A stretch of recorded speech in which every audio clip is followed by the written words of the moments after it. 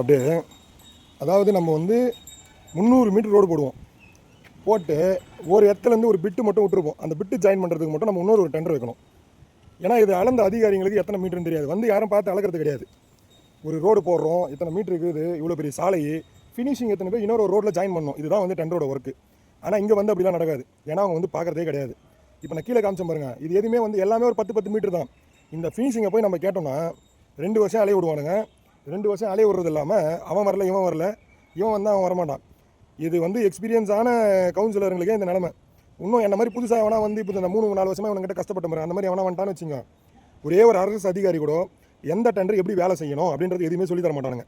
3 வருஷமாக என்னை ஏமாத்தின மாதிரி இப்போ இருக்கிற ஆட்சியும் இதே மாதிரி தான் ஏமாற்ற போகிறானுங்க. இவங்களை வச்சு எந்த இடத்துலையும் வேலை வாங்குறது ரொம்ப கஷ்டம்.